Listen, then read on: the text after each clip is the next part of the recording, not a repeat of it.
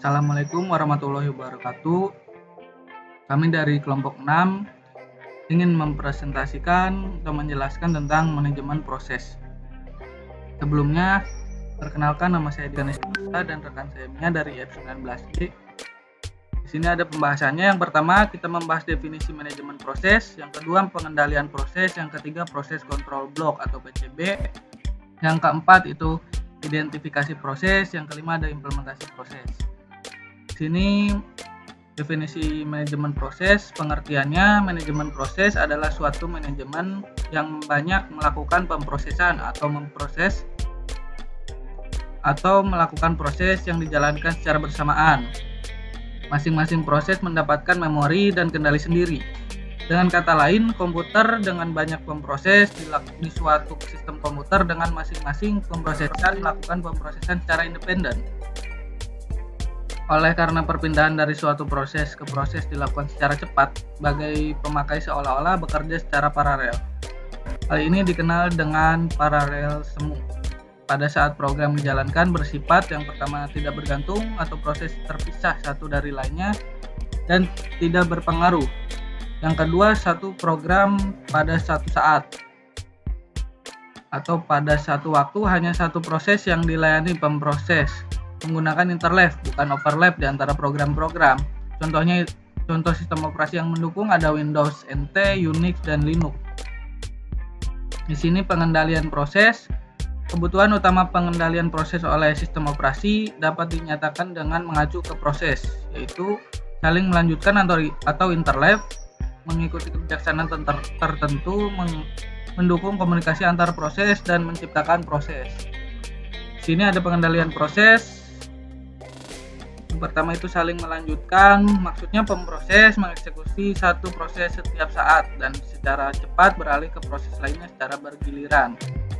Mengikuti kebijakan tertentu, sistem operasi harus mengalokasikan sumber daya ke proses-proses mengikuti kebijaksanaan yang ditentukan. Atau misal suatu aplikasi memiliki prioritas tinggi sambil menghindari deadlock. Ini ada mendukung komunikasi antar proses dan pencipta proses. Sistem operasi harus mendukung komunikasi antar proses dan penciptaan proses. Penciptaan proses oleh pemakai sehingga membantu menstrukturkan aplikasi. Di sini ada diagram state proses. Yang pertama dia submit, lalu ready, ke dispatch, running. Nah, untuk di running jika tim out dia balik lagi ke ready, jika block dia balik lagi ke ready, dan untuk jika berhasil dia akan complete ya. Itu running, pemproses sedang mengeksekusi instruksi proses tersebut. Ready, proses siap dieksekusi, tapi pemproses tidak tersedia untuk eksekusi proses ini. Block itu proses menunggu kejadian atau event untuk melengkapi tugasnya. Di sini ada proses control block. Tiap proses digambarkan dalam sistem operasi oleh sebuah proses control block atau PCB, juga disebut sebuah control block. PCB atau control block hanya berfungsi sebagai tempat menyimpan atau gudang untuk informasi apapun. Presentasi yang sudah dijelaskan oleh Dekan Ismafila di awal materi.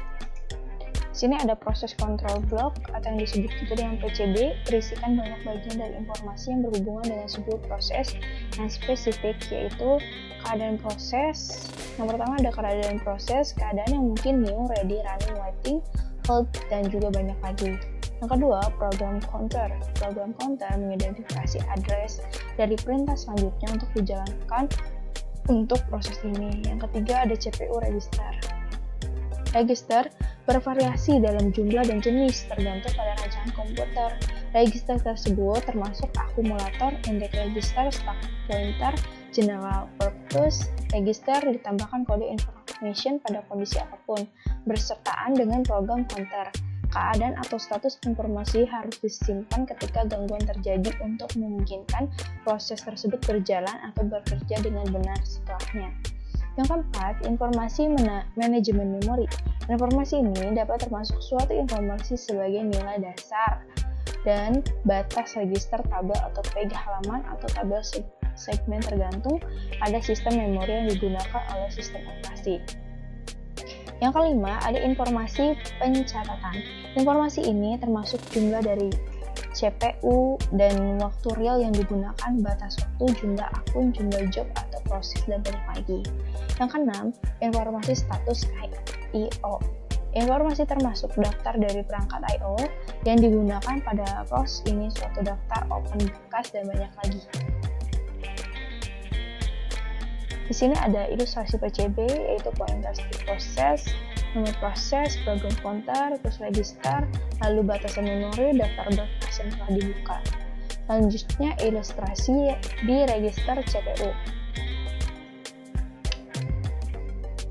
Dia masuk ke proses PO, selanjutnya sistem operasi, ada sistem state ke PCBO, selanjutnya keluar dari state dari PCBO, masuk ke dalam proses P1, instruksi atau sistem call, masuk ke simpan state ke PCB1, selanjutnya keluar dari state dari PCB0 dan execute.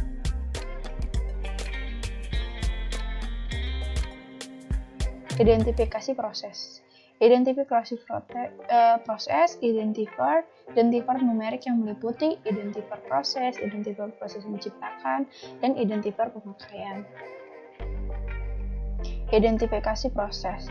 Citra proses mempunyai struktur PCB, stak pemakaian atau user stak, ruang alamat proses eksklusif, ruang alamat yang dipakai bersama proses lain. Terus implementasi penempatan citra proses yang sesungguhnya bergantung pada skema manajemen memori yang digunakan organisasi struktur kendali sistem operasi. Identifikasi proses. Penyebab penciptaan terdapat back job baru, yaitu SO dengan kendali back job setelah menciptakan proses baru kemudian melanjutkan membaca job selanjutnya. Satu, pemakaian interaktif logon, seorang pemakai pada satu terminal sedang melakukan logon ke sistem. SO menciptakan proses untuk memberi layanan. SO menciptakan proses untuk memenuhi fungsi pada program pemakai tanpa mengharuskan pemakai menunggu. Proses menciptakan proses anak untuk mencapai modularitas atau eksploraritas konkurensi program pemakaian pemerintah pembuatan jumlah proses. Selanjutnya, pengalihan proses.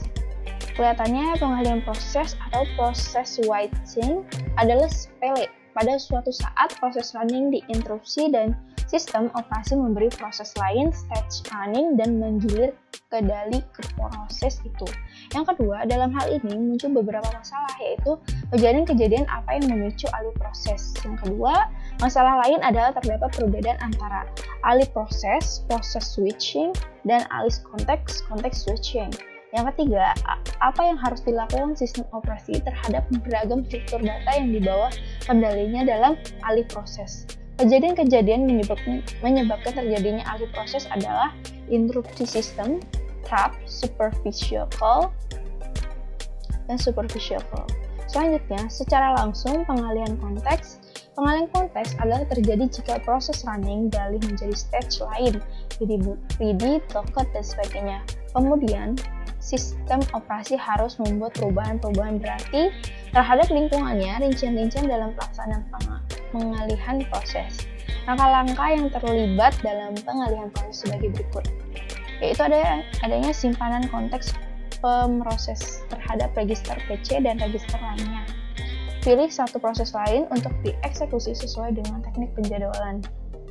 Selanjutnya, membarui PCB proses yang dipilih termasuk perubahan step menjadi running.